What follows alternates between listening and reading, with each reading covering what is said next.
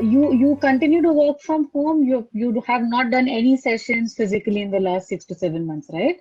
Yes, right. Since last 6, 7 months, I have been continuously working on virtual only, on different Okay. different form like Zoom or Teammate or Google Meet like that. Okay. So tell me, how has life changed for you as a trainer? Some good aspect as well as some bad aspect. So good Uh-huh. because we are at home, we can give more time to our family, and we are there at home over now since last 6 months, so we can spend enough time with the family. Otherwise, what was happening earlier, for a complete week we had to go outside to different out city like outstations and different to like we had to move around and we were not able to give the time to family, but now it's good that we are able to give time to family. And yes, coming to effects of this, yes, sometimes because it is difficult to teach on virtual platforms. So, because physically, when you are present in the classroom, you can teach really well. But now it is a new learning for us also how to teach when you are not in front of the participant. And yes, that is something, a challenge we have accepted, and we are really doing well in that area. Like people are enjoying the learning, and to keep them engaged, that is also very important. So that's what like we have to go through now. Yeah. So why, when you said it is difficult to teach people virtually, right? Because they're not there in the same classroom, right? As it was happening earlier. Why was it so different? I mean, especially because we deal with mature learners, we deal with working professionals. We are not really dealing with kids or first-time learners. So Mhm. why was it so difficult, for everyone to believe that this could be the way forward? Okay, actually, what happens is when you are teaching, you are not due to bandwidth and all issues at their end, at the participant end. So we have to keep the videos off. We have to just focus on the delivery content. What they are doing at the end, we are unaware of it. And maybe meanwhile, if there is a disturbance at their end, let's say they have family too, so they are also at home. So what they are doing at their end, we have to make them. We have to make sure they are engaged with us, because in classroom we know that they cannot use phone because we are in front of them, they cannot use their laptop. But now if they are doing same, we are unaware. So we have to make sure they are interactive, and then only once they are interactive they will learn and they will give good feedback as well, because that also matters. At the end of the day, it's company who is spending, right? So we have to give benefit to the company. Otherwise, if they are just attending the session, we are getting the money but company will not get the benefits, right? So we have to take care of them too, so that's why. So you raised a very important point about engaging with the learners, right? How from your perspective, and because now virtual instructor-led or remote learning is the way forward, at least for the next few quarters, if not forever, Yes. how would you say is the right form of increasing engagement of the learners today, and what is it that companies should do in the near future? Okay, so actually, if from company perspective, they can do that. Like they should not during the training period when the candidates are on training, they must not give any work to the candidates. If they are giving the work and along with work, office work, they have to attend the training. That will be a distraction, obviously. So from their side, they can help in that way, and from our side, like what I do personally, and my other trainers also happening or also doing same, that from our side we keep engaging people by asking questions and randomly immediately we take a name from someone and we ask the question, is it what is your opinion on this? So they are also having a fear, somewhat a little fear in the mind that their name can be appeared immediately and they have to answer same. So they have to be attentive during the session, and that we have to keep doing every like 20 25 minutes, and we have to keep more labs here now, frequent lab. Earlier what was happening, a session, theoretical session, complete session on one topic, and then we were giving the lab. But now what I have to do, I have to deliver the labs every chunk of 15 minutes, 15 to 20 minutes, not more than that. So more labs, that is somewhat we were doing earlier too, but now it is more frequent also. The frequency is after every 10 15 minutes, I have to incorporate a lab so that they keep engaged. Right? So in a way, you've actually changed the pedagogy of your learning. bit changed because I know for if somebody asks me also to sit and learn for half an hour or 1 hour, then half an hour, 1 hour is quite fine. But 8 hours per day learning continuously virtually is a bit difficult for learners too. So we have to modify it as per them, not as per my convenient, as per their convenient, so that they can learn and they can enjoy the learning as well. So do you think that the 8 hour format should now start at least becoming a 4 hours or a 2 hour sessions and probably do it over a period of time rather than just finish it off in one day? Mm.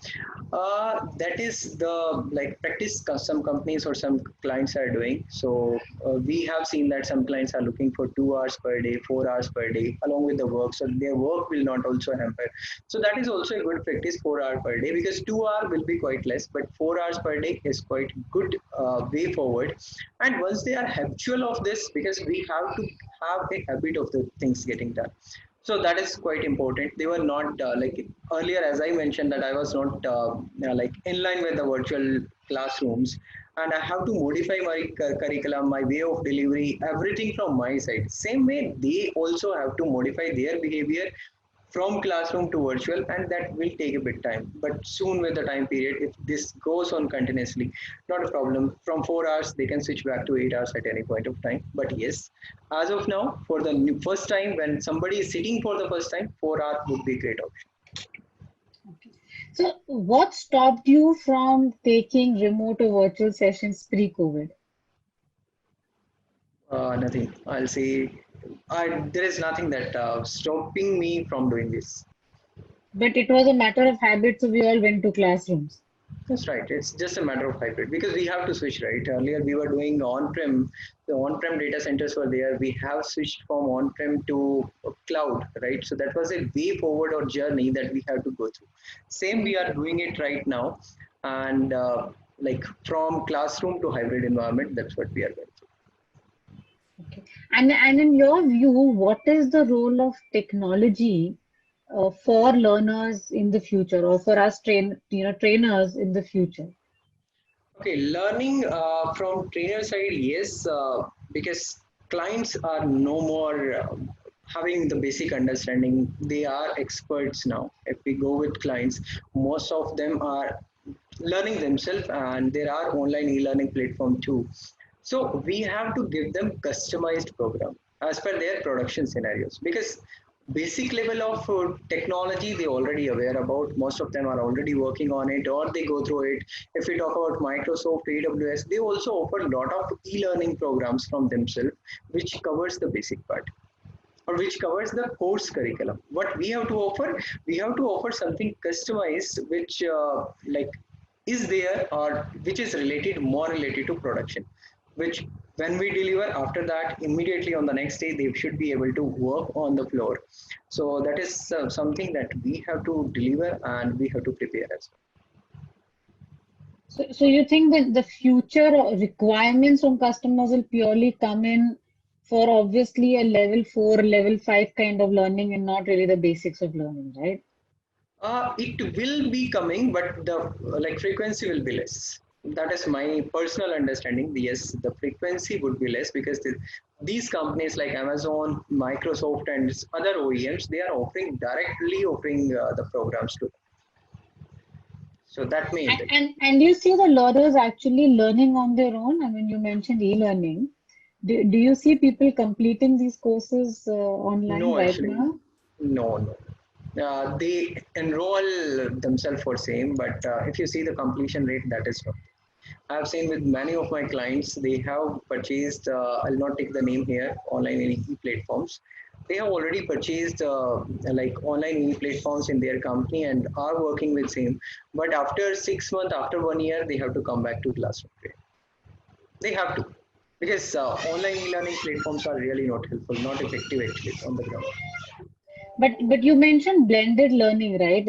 I mean, how do you think the blend of classrooms will work for our learning in the future? Mhm. Again, like classroom learning will definitely be required, and if it is all virtual, that's again changing the feature and changing the behavior up to again different clients how they think of. Some of the clients are looking at making it completely virtual in the environment. Okay, and if it is completely virtual, then we are also delivering the virtual.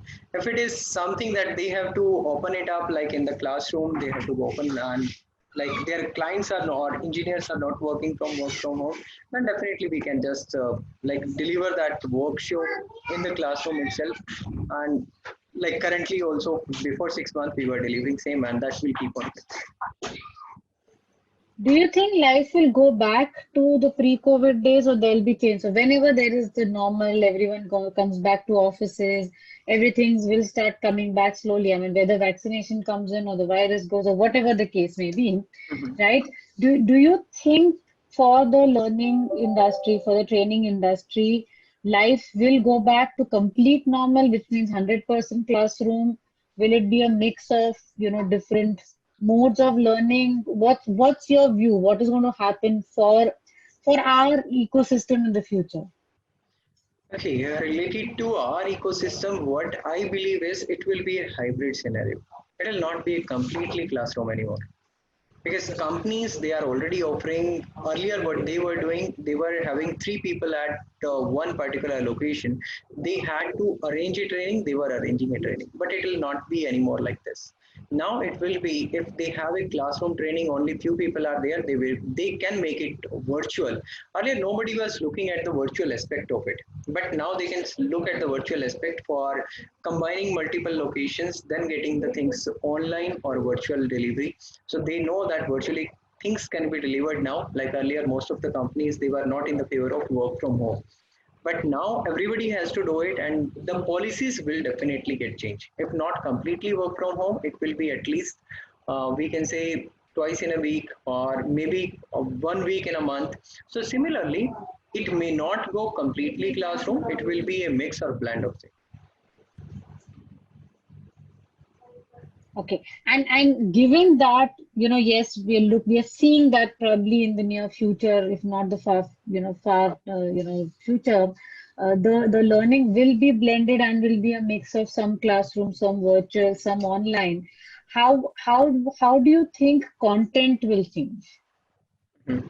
Content. Mm-hmm. Okay, so content will not change much, but yes, in virtual training, we know we have to keep, like we have changed it right now. So in virtual training, we have to keep frequent labs, and in classroom training, it will go same way. That once the topic will be over, then a lengthy lab will be there, and like that difference will always be there between these two training types. Okay. And what kind of technology tools will one use? I mean, of course, we are all using Zoom, Microsoft Teams. Some of us are integrating it through our learning management systems. What do you think is the future of technology being used for us to teach our learners? Okay, so for that perspective, ma'am, already there are a lot of tools in the market, and everyone is doing some modification in their platform. If we see in Zoom, also there are a lot of changes being made by Zoom. And similarly, if we talk about Meet, Gmeet, right, Google Cloud Meet, so there are changes.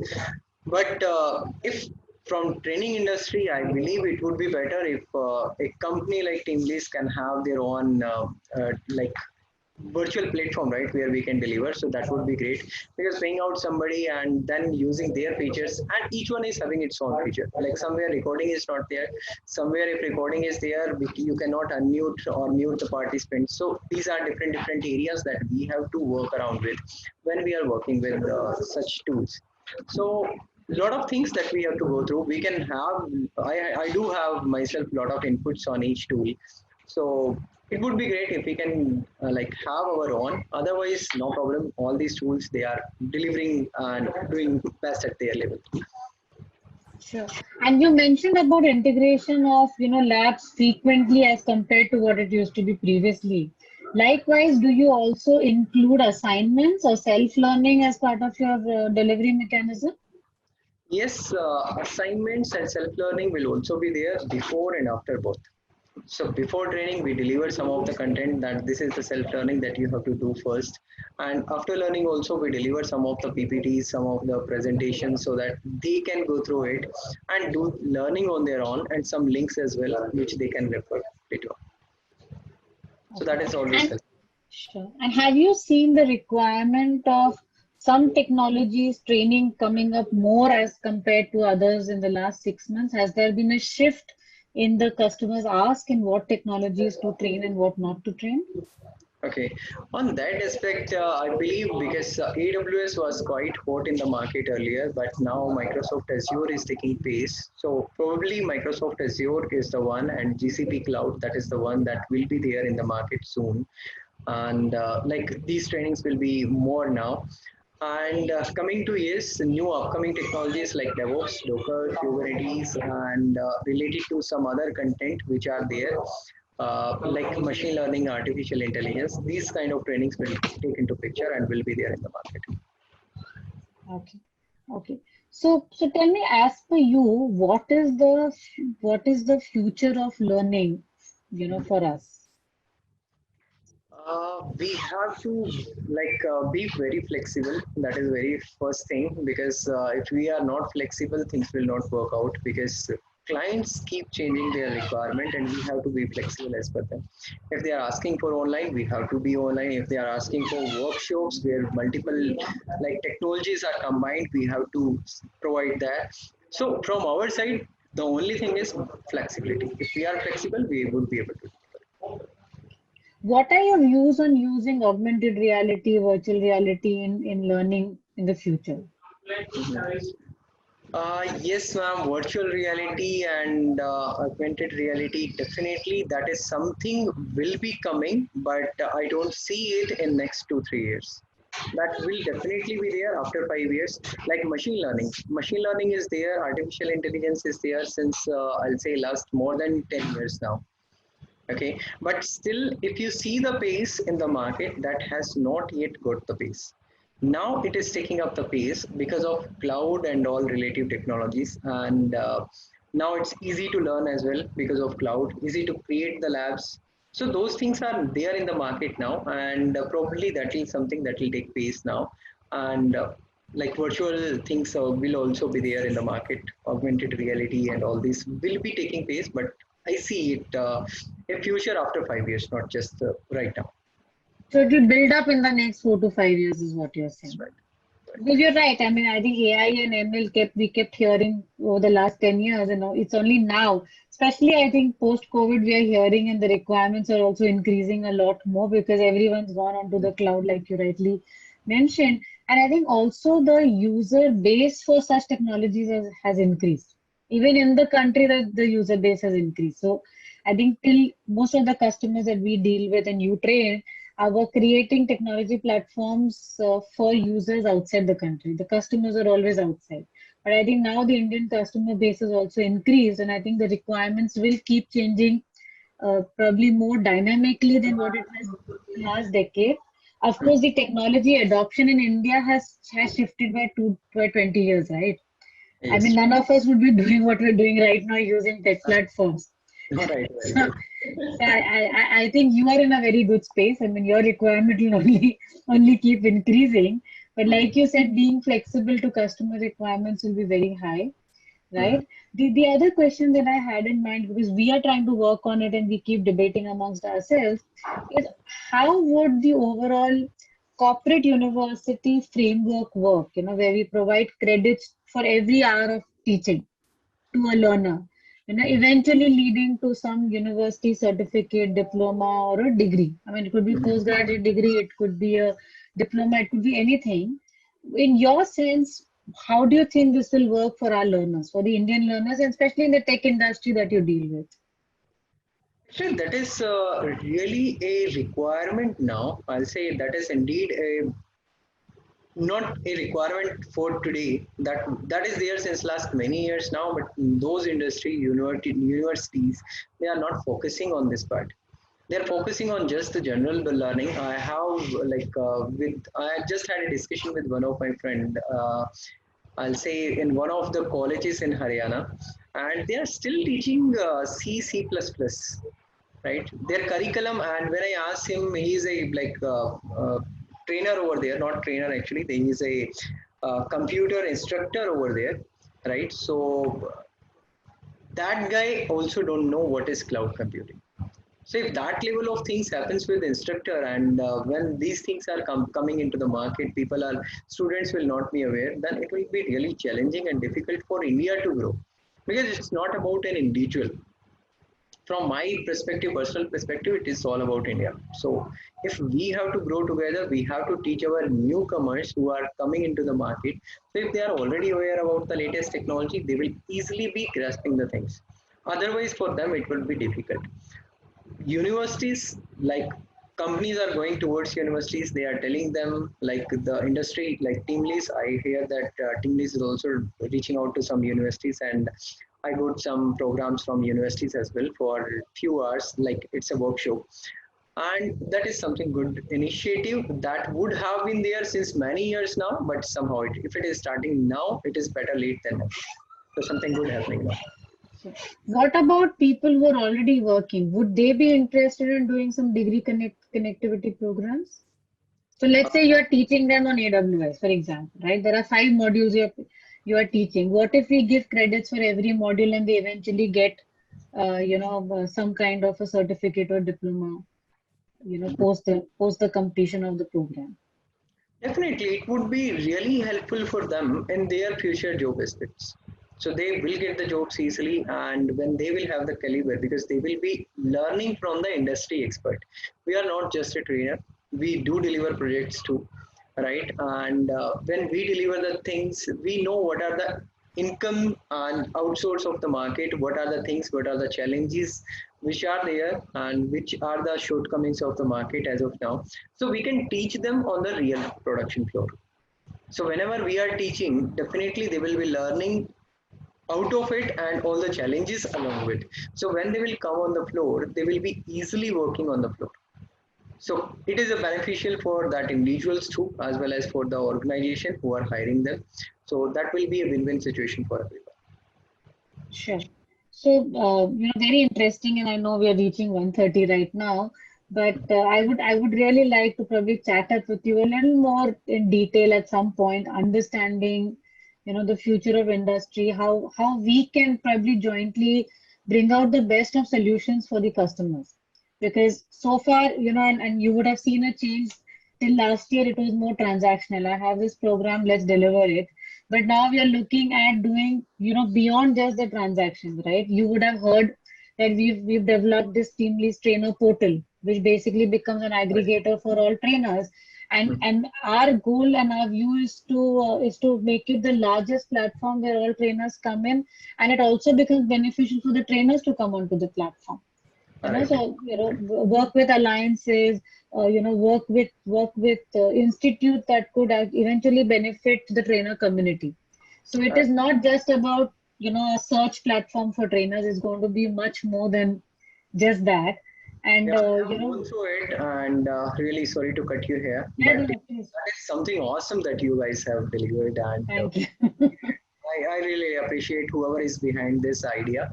But the idea Thank is you. really Thanks. And do keep giving us feedback on what we could improve, because this is really work in progress. I mean, there's a lot more development already planned. Actually, I know for about next 18 months, my developers are going to be busy developing on this platform. But if there's anything more that we could look at in terms of features, UI, UX, whatever feedback, please feel free to give it to us. Right. So yes, so that's one technology that we are developing. The other is, of course, the LearningGo platform, which is our LMS, and then much more as an LMS. So what we would really want to do, like you mentioned, you're giving assignments and you're putting them on cloud for practicals, and then, taking them into classroom. All of that could be in 1 hour session, right, right, because that's going to be the way we are going to teach, at least in the near future. So right. how can the three integrated forms of learning come together? So for a learner, it really doesn't matter whether he's in a classroom or or virtual lab, or he's doing assignments. Actually, it's under one platform. So they log into the platform and all of this comes together. And Right. whatever they do, their credits or their assessment gets done across the three classrooms. Right. So I have gone through that portal. Actually, it's been I'll say more than a month. Then since when, even earlier when Dinesh and Mosam they keep on chasing me related to they were asking, keep on asking the inputs on that portal, and I have given couple of inputs to them as well related to. Yeah. So I have gone through that portal and really find it appreciated because in last training we have last two trainings actually we have used that portal. That's So I excellent. have gone through it because I have asked myself about a student level of login so that Yeah. I can myself judge what is there, what they are getting, are they getting the right things or not because it was a new portal. But the experience was really good. I'm happy to hear that, Gagandeep, and we'll connect once again with you. But do keep giving us feedback, whatever we can, we can do better. And of course, we will come back to you on how we can work with you and your team of trainers a lot more closely and see how we can scale this up for both of us. Sure, ma'am. Right. Right? Thank you so much. Nice connecting to you. Thank you. Same here. Thank you. Bye bye.